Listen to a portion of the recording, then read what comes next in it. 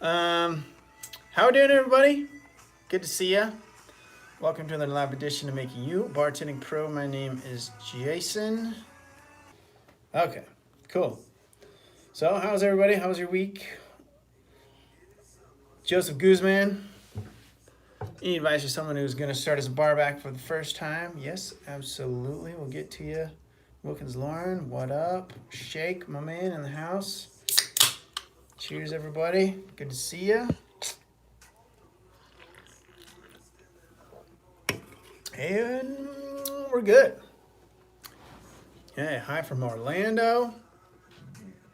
Want to be a master of rum mixer. I don't know what that means, Wilkins. You want to be a master of rum mixer? Like a master mixologist with rum? Ivan Avails, what up? Rapid Stars, what's up? Joseph Guzman, any advice for someone who's going to start as a barback and for the first time?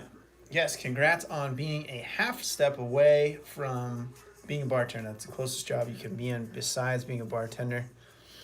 And get a good look at what bartending is like. Shake My Man is on it. Just put up a link, how to become a bartender without experience, which talks about moving up from that stuff. Maybe grab that link, how to move up to be a bartender from barback. Shake, if you would, sir. Yeah,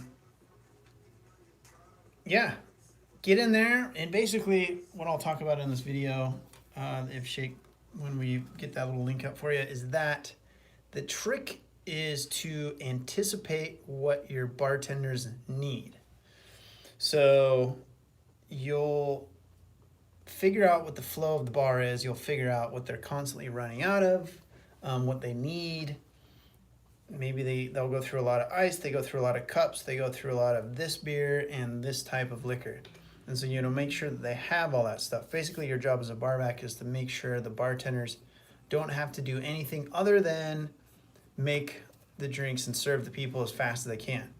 So you want to fill up their ice before they run out of ice. You want to fill up their beer before they run out of beer. You want to stock their bottles in the back stock before they run out. And just make sure they have everything they need so that they can just go 100 miles an hour and make everybody a bunch of money. And serve everybody as fast as possible. So get in there and you'll learn the routines and the subtleties of the bar. And there's that link Shake put up, the barback to bartender. Make sure you watch that one. Absolutely. Cool. Cheers from Canada. What up? Canada in the house. Cheers from Puerto Rico. Cheers, everybody from around the world. Love it. That's international show going on these days. It's awesome. Although, it's Puerto Rico. It's technically one of our provinces, but anyway, that's technicality. Mixed with rum and Coke, for example. Well, that one's pretty easy. I think you got that, Wilkins. Rum and Coke, pretty straightforward there, my man. Well, Ivan.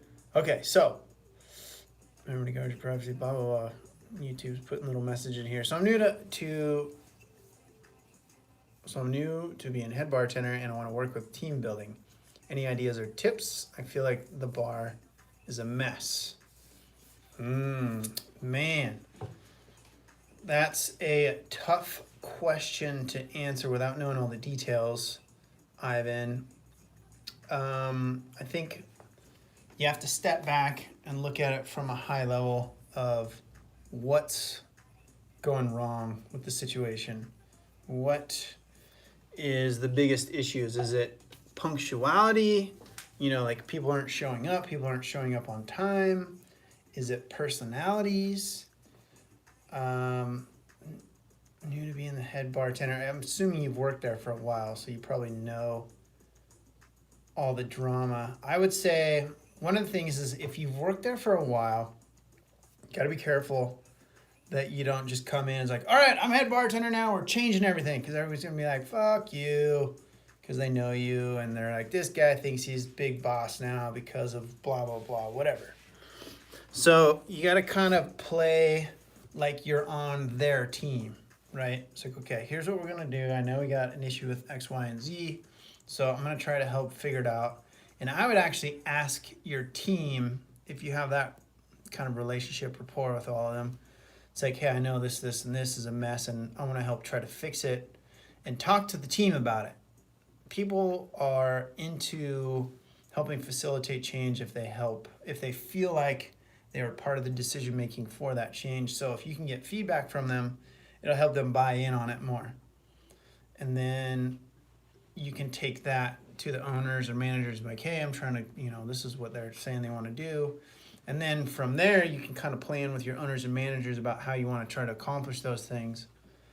But don't go in there heavy-handed, authoritarian, just try to do this, this, and this, because it's going to make, even if it's going to make things better, you need to try to make the team feel like they're part of that decision making. Otherwise, they're going to fight you every step of the way. All about the cocktail. What's up, man? So that's what I would say, Ivan. You got to really get in with your teammates and have them kind of give you feedback on how to solve their own problems, if that makes sense. Because a lot of people know what the hot mess is, but just everybody's lazy and complacent, and it's easy to just stay that way, so nobody really does anything. So who knows? Maybe one of your coworkers will have like a genius idea on how to kind of magic wand fix a couple of the main problems with something simple that you didn't really think about. So talk to them around you, talk to those people around you, and go in baby steps. Tell your owners and managers, like, it's gonna be a work in progress. It's gonna take a little while. You need to give it some time. So you can't build a championship team in one draft. It takes time to kind of build up to stuff. So not years and years and years, but definitely weeks and probably months to really iron out major wrinkles. And that might include needing to get rid of certain people. You might have to fire people. And so,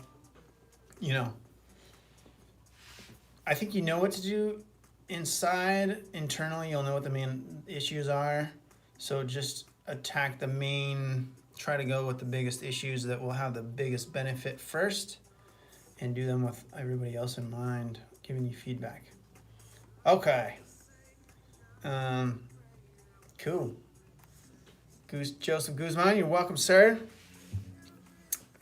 Too easy, brother. Thanks for the link. Absolutely. That's what we do here.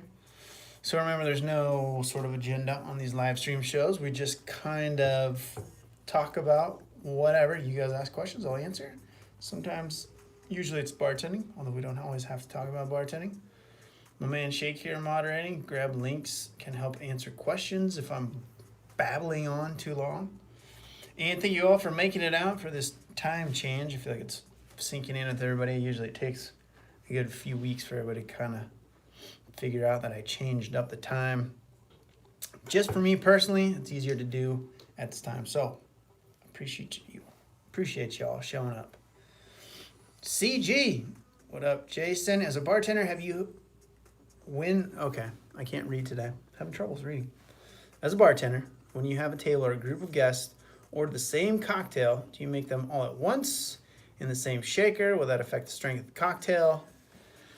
I would, when I'm busy and especially if I'm making the same stuff, I will make as many of those together at once as I can. And that comes down to experience of making sure, I know how to, if I'm making it in a shaker tin, a lot of times in my bar that I worked at, we would just build stuff straight into the glass. So that's obviously, you're making sure you're getting your right amounts. But if you're building everything into the tin and then pouring it back in or straining or whatever, then you need to make sure that you have proper amounts. Obviously, you want to put all your booze in there. When in doubt, go a little bit lighter on the mix. Remember that if you're building stuff into a tin, if there's ice in there, that's going to melt and kind of expand the amount of liquid in there. So shorten it up a little bit when you're making more drinks, if that makes sense. So if you're making a lot of drinks at once, you want to condense or reduce the amount of mixer that you're putting in there just a little bit. But don't reduce the booze, because that's what everybody wants. Would that affect the strength of cocktails? Not if you get it right, right? And again, a simple problem or a simple solution to that is to just build stuff straight into the glasses or whatever you're using, which, you know, different techniques and theories would poo-poo that idea, but depending on where you work, maybe that's an option. John Torpy, how's it going, my man? Colin Powell, what's up? I'm good. Glad that makes sense. Fantastic. Colin, I'm working about 35 hours a week washing dishes in the restaurant. Most of the management, like me, want to give me a chance to move up, but one guy named T always criticizes me really harshly. Should I yell at him? He always yells at me and makes me feel like I suck at my job and always has something negative to say about me. Nah, don't worry about it, Colin. There's always going to be those haters. And honestly, that guy is just a dick because something else in his life sucks, and his only way of feeling, you know, better than other people or better about himself is to just be mean to other people, which unfortunately happens all the time. So maybe his wife or girlfriend hates him and just walks all over him at home, and so he doesn't have the balls to say anything to her, so he comes to work and takes it out on you. Usually it has nothing to do with you. Obviously, if your owners and the managers like you, then you're doing something right. So don't always take the higher road, man. Always.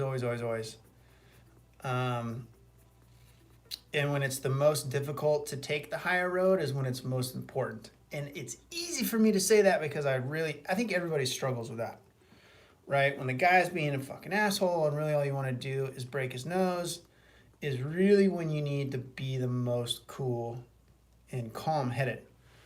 But it's really hard to do. I struggle with it. I get emotionally charged when in certain situations, and we can all blow our top and we want to just rail into somebody. But I would say be the bigger man. I'm sure that guy's really good at just railing into you when there's nobody else around. If there's a way for him, for the managers to catch him plowing into you, then, you know, maybe they can say something about it. I don't know, because you kind of don't want to like rat the guy out and throw him under the bus. If you have good relationships with other coworkers that have seen this kind of what sounds like abusive treatment, then you can have them, you know, maybe ask him, it's like, hey, you know, what do you think? This feels terrible. Does it look terrible? And if they agree, yeah, it's terrible, then maybe work on asking them to point it out to the management. It's like, hey, tell this T guy to hop the fuck off Colin, man. He's on his case about everything unnecessarily. So keep it going. Keep keeping on, buddy. Worst case scenario, start knocking on other doors and get the fuck out of there. And if this guy T, the tricky thing is if this guy T has a lot of power and is blocking your entrance up the chain, then that could be tough. It's every day I'm just going to scream that I'm not giving up. I'm not leaving. It may not be the best, but I will not stop trying unless, God forbid, they fire me. Yeah, and if you feel like there's multiple layers of it leaning against you, then it might just be, you know, find a different spot. Find somewhere where you fit in. Like when you're in the right place where you're going to be moving up, or if you're moving up, or if you're getting positions and it's fun and it's an enjoyable work environment, stuff is easy, right? Life just tends to make it the best path that we're supposed to be on is a little easier than the other ones. So if you just really feel like you're just got a rope around your neck and a chain around your foot no matter what at this place, then go look for something else, you know. And then when you get something and you're ready to quit and this T guy's in your face, then you can just tell him to fuck off and walk on out of there because you got another job. But yeah, I would try not to yell at him. Try to be the bigger man, because the more other people look like assholes and we can play cool, the more they really look like big fucking douchebags. So I know, much easier said than done, but that is unfortunately part of this whole catty bullshit thing that happens, and it's just something that you can't always get away from in this industry. It just tends to attract super immature people sometimes, and just that love the drama tend to hang out. It's just a nightmare to deal with. Yeah. I'll come back up, skipping over some of you guys. Just help finish this thought for Colin. I want to stand up to him, but I want to win him over. Everyone else loves me, and there's a lot of opportunity. Maybe did some meal prep today, right? I gotta keep my cool at all times. Yeah, that's what I would say, Colin. Just remember, he's mad at the world because he's got a small dick or something, or his chick hates him or whatever. Who the fuck knows? All right, maybe he has some terrible thing happen to him as a kid and now he just hates everybody. Who knows? Whatever it is, right? It very, very, very rarely has anything to do with us, especially if everybody else around you says you're doing a good job. So focus on the good feedback and ignore the terrible feedback. And if this guy's is a roadblock for you to move up and it's just not happening, then get the fuck out of there, man. Go somewhere else. All right. John Torpy, you moved out of San Diego, right? What are you up to now? I moved up to the Pacific Northwest, John, in Oregon, which is where I'm from originally, actually.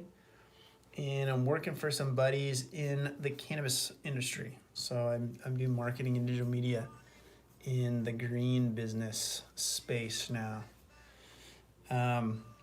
But still running this channel for a while. I've a stated goal to get this thing to 100,000 subs, and I still got a bunch of videos that I'm going to make when I get into my new place in a month. Exciting stuff for me, everybody. So I'm getting a new place. We're moving in there in about a month. And then once I get in there, I already have a place for my studio that I'm going to build and start pumping out some regular videos for you guys. So thank you all for hanging on through this last basically year of me just doing live streams only. Just because of where I'm at right now, I'm living in a tiny, tiny, tiny little studio apartment. And I tried kind of looking at setting up a studio and it just looks like shit. So we're doing these live streams, and these are really cool because I am getting really good feedback from you guys. It's good because you guys get your questions answered directly, and it also lets me see there's real consistency in the questioning that comes from you guys, and it's stuff that I see where I need to address in the videos moving forward. So hopefully it'll become more valuable for you guys once I get going with some regular videos again. So yeah, man, that's what I'm going on with, John. Okay, Ivan, how do you ask for Facebook or Tripadvisor reviews without sounding like you are imposing? Ivan, that's something that I deal with at my company on a daily basis, and you basically can't. There's little things like, I don't know about Facebook, you can just make your own, right? You can make your own little cards. Go to a company like, say, what's that cheap card company? Vistaprint.com is a good one. And you can just make a little simple, it's basically just a little business card. And it says, you know, have a good experience. Feel free to rate us on Facebook or Yelp or whatever you're trying to get them on, Tripadvisor. You can blatantly bribe people. So you can do stuff like, I don't know where you're at, like, hey, get a half off a beer if you give us a rating right here on the spot type of thing. So I know that kind of getting your early reviews is kind of tricky when there's not a lot going on and you're trying to get that rolling, but that's kind of yeah, different topic, but basically that's more like marketing stuff where it's hard to answer that without knowing the full spectrum of the situation that you're in, but you either just have to do a really good job, and you can have like stickers on the doors like, hey, rate us on Facebook or Tripadvisor. I think Tripadvisor, you can contact them and they'll send you those stickers. But you can't really directly ask like, hey, did you have a good time? Awesome, go rate us on Tripadvisor. I mean, you can, but you got to be really careful about it, because otherwise you just come across very try hard, and that's like dating that person in high school that liked you way too much and you ended up not liking them because they liked you too much and you were scared because it was weird. So you have to just kind of let it happen organically. Unfortunately, it's one of those things you just got to do a really good job. Work on getting your business on Google Business. I find that has been the best place for our reviews, Google Business. And you can look that up. I won't go into that here, but that would be my advice for you. Know who your customers are. Know that Facebook, you're basically getting baby boomers and up. So if you're trying to get young people, you're not really getting them much anymore. Tripadvisors, you're getting a certain demographic as well. So you need to think about the type of person that you want to see the reviews. So let's say, just for example, that most of your clientele were like young millennials. They're not going to be on either one of those platforms very often. So you need to think about how they're going to find you and see your reviews. But that's more marketing stuff, so we won't go into that too much. I'd say look up Google Business. Start to add that some way into enticing people. You know, do a happy hour special. Write us a review right here and we'll give you a free beer or a free appetizer or something like that. Something. Anyway, it gets a little tricky. Aaron Abid. Been bar backing for 8 months at a well-known luxury restaurant in Miami, Florida. They really like me. Looking to become a bartender somewhere, but haven't made a drink ever really. Where should I start? Man, you're a bar back. You're like half a step away from becoming a bartender. Watch that video that Shake put up on how to move up from a bar back to bartender, which was early on. So scroll up in the comments, Aaron, and it says bar back to bartender, and there's a link. Go watch that video, and it talks about that. And it's basically just letting you got to let the people know, right? You got to be the squeaky wheel. Start to ask your bartenders, because you're working there. You're like, hey, teach me a drink. Let me pour something, you know, when it's slow and after hours, or maybe before it gets busy. And just slowly, basically, ask your bartenders to kind of teach you some stuff. Teach me something. Teach me a drink. Teach me how to pour. What is that? Ask some questions. You can tell when we're, most of the time we can kind of tell when we're over the top when we start annoying people. So pay attention to that. You don't want to bug anyone, but they're coworkers. I'm sure you have if you've been there for 8 months, they're probably basically your friends for the most part. So tell them, it's like, teach me some stuff. And then the other stuff is that you want to tell the owners and managers what your intentions are. It's like, hey, I really want to move up, I really want to be a bartender, and then continue to remind them, continue to tell them, like, hey, I'm working on my drinks, Fred taught me this drink the other day, I want to make it for you sometime, let me know what you think about it. You know, trying to get them thinking of you as a bartender instead of just a bar back. But honestly, the best thing to get promoted, any job, any industry, just to be the squeaky wheel. Continue to tell them that you want to be moved up. Continue to point to the reasons why you have the skill set and knowledge to do so, and you'll eventually get a shot. And if you don't, then get the fuck out of there. Because if you've been there for 8 months, you got good bar back experience, you might be able to go somewhere else that will give you a shot sooner. Shake has a good idea for getting the getting some reviews. Slip it in at the end. Glad you came out to join us tonight. Check us out on Facebook for specials. I like that, Shake. Good call. So you're pointing them to it, but without explicitly asking for a review. Maybe make a few small signs with your Facebook Tripadvisor name on it. Yeah, exactly. Ivan, how do you deal with someone that is overly drunk and wants to keep on drinking while avoiding an escalation and making them feel offended? So there's that cutting off and dealing with rude customers video. Ivan, watch those. My trick is to tell them on the round before you cut them off. You can see it coming most of the time. Like you can usually go like, all right, this guy, this girl, we're gonna have to cut her off pretty soon. And usually you'll know in the round before you're gonna cut them off. It's like, okay, I'm gonna give her this one, I'm gonna give him this one, and then that's it. If you can give them that last one and tell them that's their last one, they're less likely to be upset. Most of the time people get mad when you cut them off because they think they're gonna be able to get another one, and then you tell them no. So if you tell them like, all right, man, hey, look, we're gonna have to slow your roll a little bit. Here's this one, but after this, you know, my manager said I can only give you water for a little while, or you know, we're gonna have to switch to something else. And so you give them one, so they have one, and now they know that they're basically gonna be cut off, but they're having their last drink. So it's that way when they come back and ask again, you're like, remember, man, I told you I can't go anymore. I'm gonna have to give you a couple.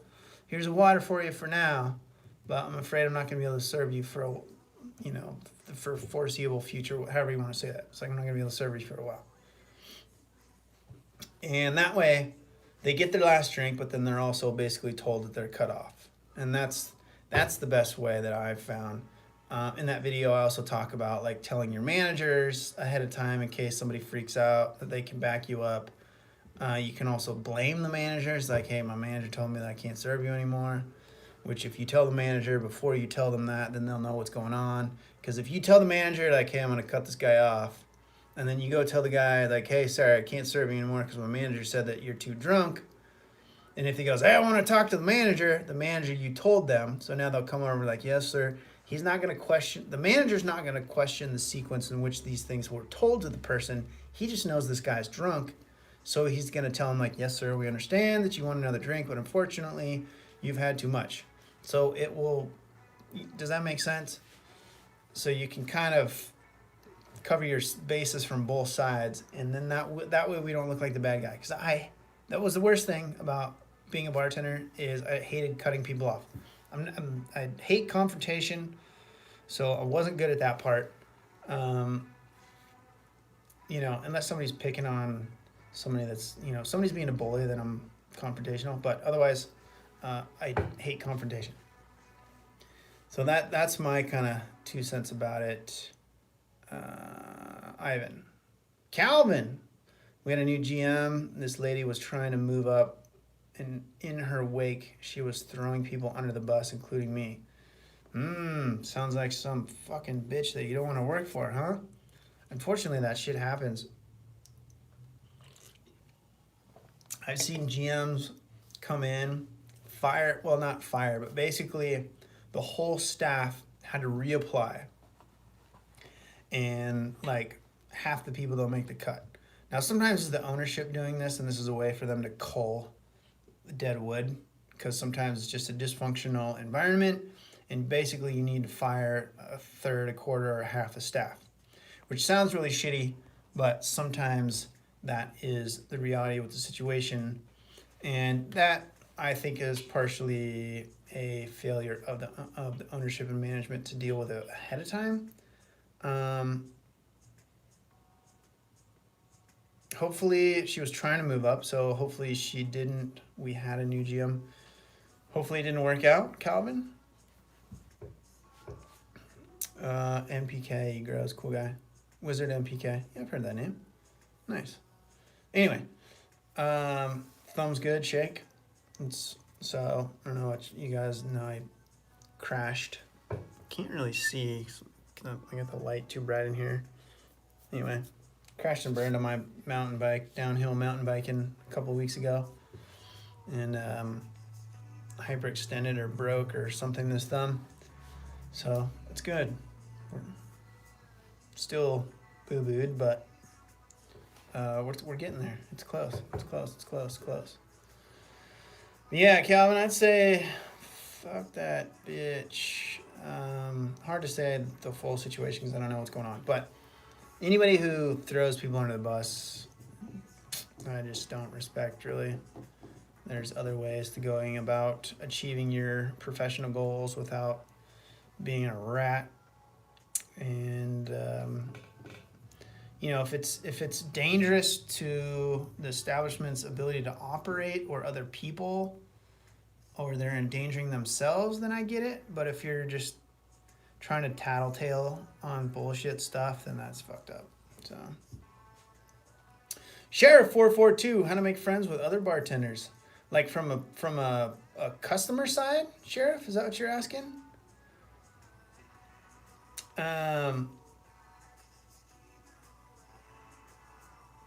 Let's see, where are we?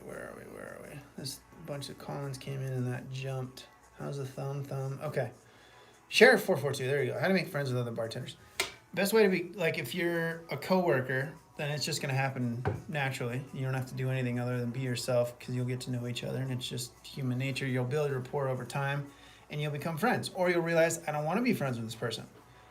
Or if you're talking about how to make friends with other bartenders because you want to befriend them to be able to make relationships to potentially get a job, the best way to become friends with bartenders is to be a local. So go in on a regular basis, consistent regular basis, and get to know them. And if you just by going in there on a regular, consistent basis, they will get to know you. Start talking to them, asking some basic questions when they're not busy and they seem open to talking to you. And that's it. Start talking to them. Start asking them questions. What's your history? How'd you get into this? And then at some point, you'll build some rapport, and then you can kind of start to slide in. It's like, man, I would love to do this. You guys ever hiring for bartenders, let me know. But yeah, being a local, and that doesn't mean going in and being a drunk, because sometimes if you go in and you're in there for the wrong reasons too often and you're just known as a local slush, it's not the right word, lush, there you go, and slush, then they won't hire you because, like, oh, this guy's a problem drinker. Even though a lot of people that work in this industry are fucking problem drinkers, you don't want to look like a derelict coming in from the start. Wait till they hire you and get in there and get to know you before they realize you're a derelict. You know what I'm saying? So anyway, yeah, just spend some time, Sheriff. Get in there and spend some time. Butt in the seat, man. That's the best way to do it. Tip them well. They will remember you. Aaron Abid, by the way, I love your channel. Been subbed for a couple months now. All your videos are very thorough and incredibly helpful to me. Thanks for all the amazing content. Thank you, Aaron, for being a subscriber. Cheers to you, brother. I couldn't do it without you guys. And I'm stoked that all these crazy videos over the years that I've been making are helpful to you guys. And I know they're helpful. It makes sense. And I guess I should say I'm glad that there's not a lot of other trustworthy or good content out there. I don't know. I'm just trying to make good videos that help my friends, and glad it's helping you guys out. I'm just sharing, just telling you what I've done for the last 15 years doing this shit. Done it for a long time. So I don't feel like there's many scenarios that I wouldn't be able to answer or talk about, for sure. Torpy, Nice. Capitalizing on a growing market, gathering ideas for your side gig. Hope all is well. Yep. Well, and it's not even like I mean, it's kind of gathering ideas, but it's I guess it's like kind of capitalizing. It's basically like my give back, do good things for people.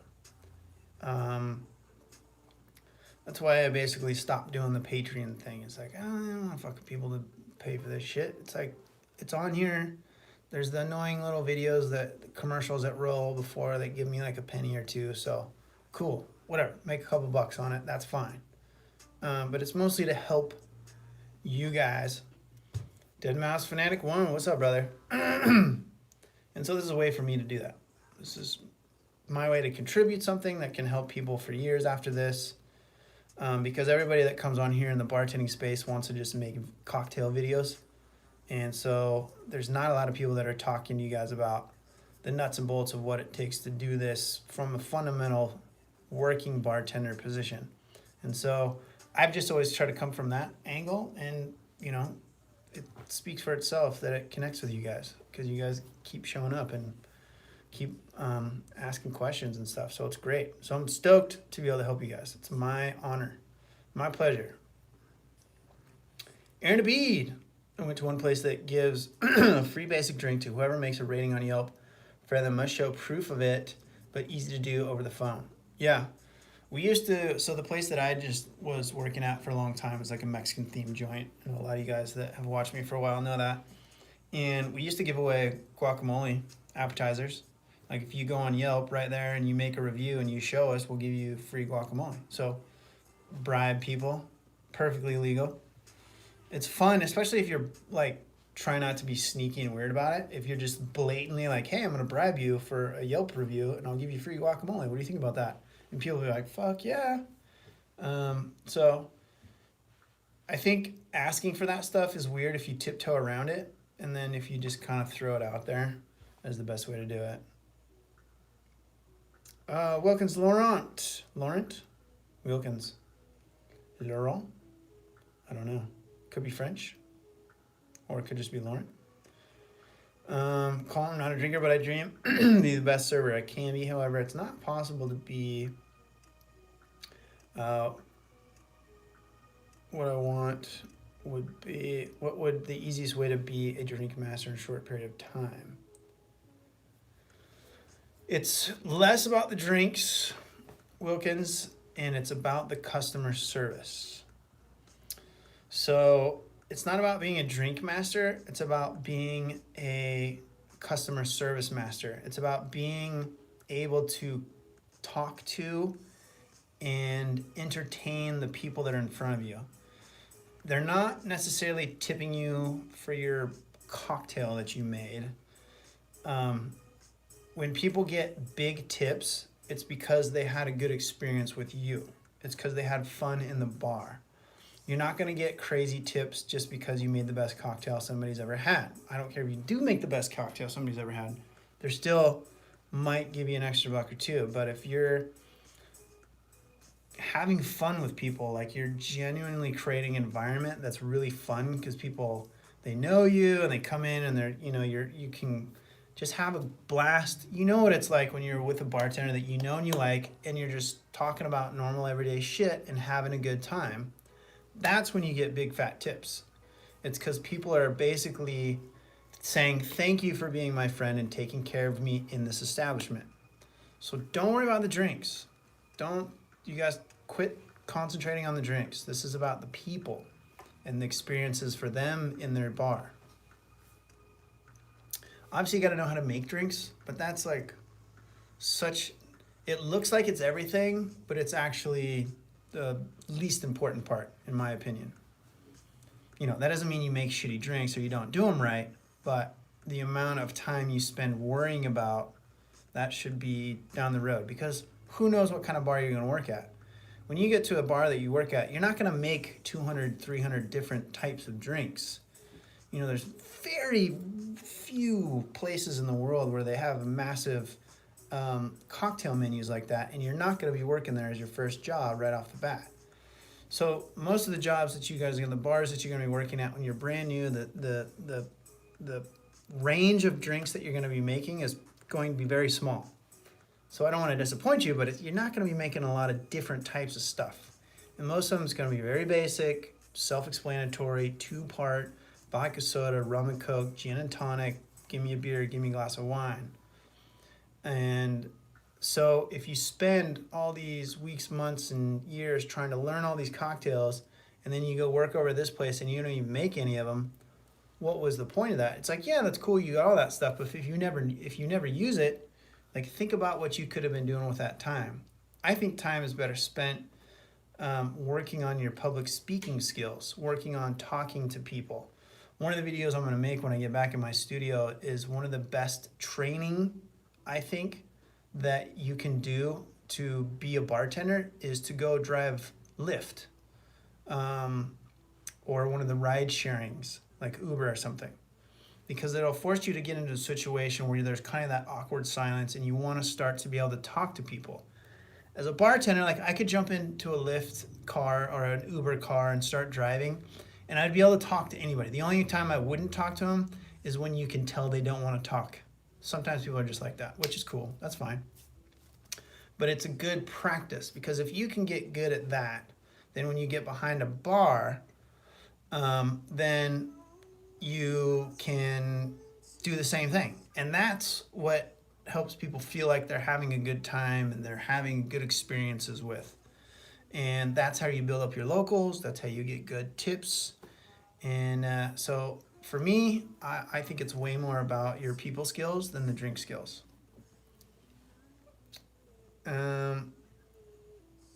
Okay.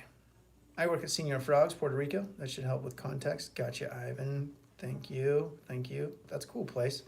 I haven't been to Puerto Rico, but I've been to other kind of big destinations, Senor Frogs, and it's always a damn good time. John Torpy, Wilkins, you can taste drinks without going over the top. Just get a feel for the flavors and you know how to sell them to the right people. Yep, for sure. Okay, I'm way behind on comments. Sorry, guys. I'll catch up here a little faster.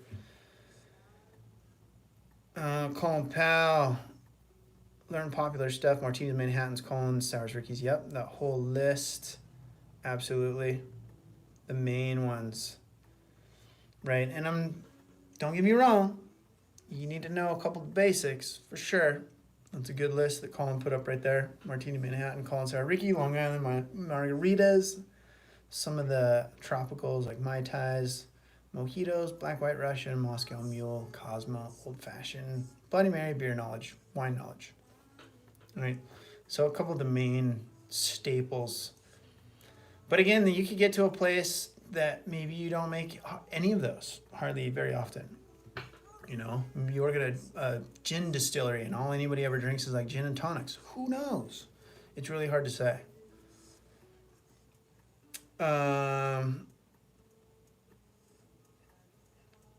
right, you guys are going back and forth there.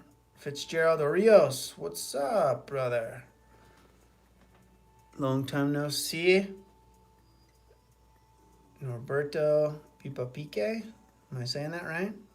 For those of you who may be new on the show, I love to butcher names. I do apologize if I butcher your name. I'm just an ignorant American who's terrible at pronouncing names. I do apologize. I try my best. Shake, summer's coming to an end. Chill out with the Cactus Cooler Bomb Shot. Nice. I like that plug, Shake. Thank you. Steven Vargas, this bartender I was working with past weekend, showed me how little booze he was pouring into the drink late into the evening. He said they wouldn't be able to tell that they're that loaded. Yeah, for sure. I've seen bartenders straight up pour like no booze into a cocktail and give it to somebody and the guy drink it, right? Yeah, your taste buds kind of get beaten down, but it's really just the, you know, shit slows down upstairs pretty pretty hard when you're quite a few deep, so it's not hard to trick them. I personally didn't ever really do that because I just kind of had a slight moral issue with it for some stupid reason, and so I just preferred to just straight cut people off. But you're right, that is one way to do it, where you can just straight take the booze out of it or put a very teeny tiny bit. Sometimes the environment that you're working in, you might not be able to do that. but it is an option for sure. Jesse Tibbs. Dave's not here, man. I feel like that's a quote reference that I'm missing. I do apologize if I missed that, Jesse. Hey, everyone. Last call for questions, y'all. Next 5 minutes, all questions will be answered. We're pretty good. But yeah, we're gonna do last call for questions, y'all. Winding down. Remember, we've switched these live streams to be 6:30 to 6:30 to about 7:30ish. That's Pacific Standard, West Coast United States. So that's 6:30, 7:30, 8:30, 9:30, going Pacific Mountain Central Eastern Time. And that's just because I am just shifting these a little bit earlier because it's more convenient for me. So I do apologize. Hopefully everybody's making the switch over just a half an hour earlier from our 7 to 8, which had a nice round number to it. Who knows? Maybe the next one I'll get it from 6 to 7 someday, but I think that's a little too tight. Anyway, CG, when you bartend in a nightclub or at a bar that plays their music very loud, how do you make sure you're hearing your guests clearly, also while staying in the zone for your other guests? That is a great question, CG, and it is one that is kind of one of the things that I do is I literally like lean in with my good ear and I cup with my hand because that helps funnel the noise in, or the what they're saying a lot better. You also get really good at reading lips. And then if that doesn't work, then you go like, I'm sorry, one more time. Sorry, I'm sorry, I'm deaf, one more time. And to the point where they're yelling it straight into your ear. But that's kind of the only part of the whole thing that changes, is you just kind of have to sort of lean in a little bit harder and pay attention a little harder while reading their lips, you know? And other than that, don't really have any magic for you on that one, CG. Because if you're getting the orders, just like if they could hear it normally, then you're going to still do your normal thing. If anything, it's good because then you can't hear people from, who are not next in line yelling shit at you. Make sure to follow us on all the social media stuff at Bartending Pro. That's YouTube, Facebook, Twitter, Instagram. Mostly just here on YouTube and on Instagram. Thank you, Shake, for helping with all this stuff. He's also doing all my posting on Instagram lately, so I apologize. I apologize for not giving you a shout out earlier, Shake, but thank you for all the good pictures you put up on there. I appreciate you. So make sure you check those out. Ivan, bar scene in Puerto Rico is very interesting at the moment. We got one of the top 50 bars. You should make a trip. You know what, Ivan? I fucking might, actually. I'm working on doing a surf trip around Christmas because my wife is going to be on a trip with her dad. Long story short, I'm going to do a surf trip over Christmas. Puerto Rico is one of the places I'm looking at. However, your surf during that time of the year isn't that great. So I'm trying to get a high strike rate for the place that I book. So I'm going to have to book it out ahead of time, like right now. But I will keep that in mind, Ivan. Absolutely. First round on me. Thank you, my man. Cheers to you, sir.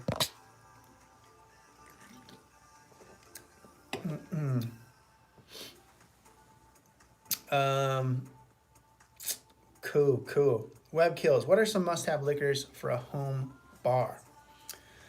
Really, web kills, it just depends on what you like to drink. I mean, obviously you can have a main selection of like vodka, gin, rum, tequila, whiskeys and bourbons, cognacs, whatever you prefer. And have the main, have a main one bottle. You don't need to have like cheap, middle, and expensive of the whole rack. Just have, if you tend to drink cheap vodka, then just buy a cheap vodka. If you drink middle of the road tequila, buy a middle of the road tequila. And if you drink a nice whiskey, get your nice whiskey, and then that's your selection. A home bar for me is partially about entertaining. Well, mine's different because I make videos for you guys. But if I just had a normal home bar, it's very rarely goes beyond what do I want in my home bar. So I'm assuming that you're kind of alluding to if you want to have a bar so that you can practice at your house and stuff, then just try to have a basic selection of the main types of drinks, and the types of drinks that you might want to make or practice, right? And do it over time. Don't do it all at once because it's expensive. Because I make these videos, I don't know, well, yeah, never mind, I won't even talk about that. But I have to go in and buy big old bottles, or not big old bottles, like multiple bottles at once because I'm making these videos and stuff. And that shit can be expensive. So maybe once a week, go buy a bottle of something. And just, within a month or two, you're going to have a pretty solid selection. Grab a couple of liqueurs, start collecting some bitters or whatever you want to use to make the types of drinks that you want to use. If you want to grab, fancy mixing tins and stirrers and stuff or whatever, you can kind of build it out however you want. But must-haves are just the main alcohol. So vodka, gin, rum, tequila, whiskey or bourbon, cognac, brandy, something like that. Orange liqueurs. And then you're going to be able to, from there, just kind of figure out, what do I need for mixers? So maybe you have a fridge where you can throw some Bloody Mary mix. You can keep some fresh citrus. So always have lemons and limes and oranges. So you can either make cool garnishes or, put them into the drinks to give fresh ingredients. So it just comes down to the type of stuff you want to make. They're web kills. Absolutely. Pretty much just something I really like is serving my friends. Yeah, so think about what your friends like to drink. What do they drink usually? Because they're not going to, if you buy a bunch of shit, they're going to come in and order it and make you make it for them. If you want to just make some stuff for what they normally drink, then just get that. And don't let them talk you into buying $600 worth of shit right off the bat. Patrick Mito. Hi, shout out to the host. Thank you. I'll deflect that to Shake. Thank you, Shake. Fitzgerald Rios. Jason wanna be vlogger just like you. What should you do first?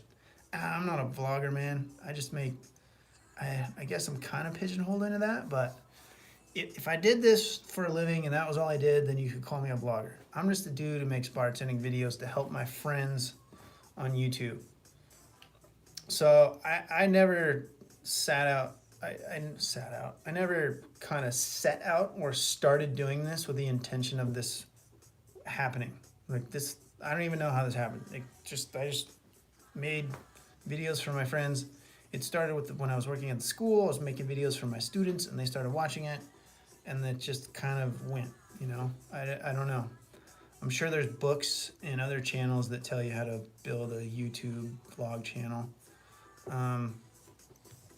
Just from a marketing perspective, I would say the answer to that stuff is you need to find something unique, and you need to find an audience. So my audience is you guys that want to learn how to be bartenders, but they realize that just watching cocktail making videos doesn't make you a bartender. So when they find my shit, they're like, okay, this guy's talking what I'm trying to figure out. So if you can find your audience that you can answer any sort of a question that could come from any sort of scenario in a genuine way, in your expertise, then you're good to go. So that's one way. That's like the talking head, let me help you with your problem that I know a lot about thing. Or maybe you want to make pretty moving pictures and you want to be like a movie person and you want to, what do you want to do creatively? But I would say it's going to be a tough road to hoe, especially with so many kids that I know. I don't know why, but every kid under 10, 12 years old that I know, which isn't a lot, but at the same time, I got a bunch of friends that have kids in that age range. They all want to, my nephews, they all want to start YouTube channels, or they have YouTube channels. So when like every single person is doing that, then it's kind of late to the party, sort of a thing. Also, you got to be willing to do this for a good 2 to 5 years and have no success. Like, can't be worried about it. And you just got to be willing to pump out videos nonstop, no matter what. And if it's good stuff, then people will eventually start to find it. Anyway, okay. Web kills, you're welcome. I guess I was doing it pretty much the way you're saying, just picked up a few bidders and working on the others. Yeah, there you go. Just piece it together. Don't kill yourself and max out your credit card or anything like that. Take your time, work your way into it. Loving the YouTube videos. Keep making them, man. Thank you, Rapid Stars. Appreciate it. Cool. And we will end it there. Thanks, you guys. Appreciate it. This has been another live edition of Making You a Bartending Pro. My name is Jason. That's my man Shake there moderating. Thank you, Shake. And we will see you again next week, next Tuesday, 6:30 Pacific Standard Time. That's West Coast United States time for another live edition of Making You a Bartending Pro. Until then, get out there, knock on some doors, follow up, shake some hands, get to know the people that can give you a job, because that's your best chance to getting hired as a bartender starting right now. All right, you guys, have a good week. Thanks again for showing up. I'll see you soon. Cheers.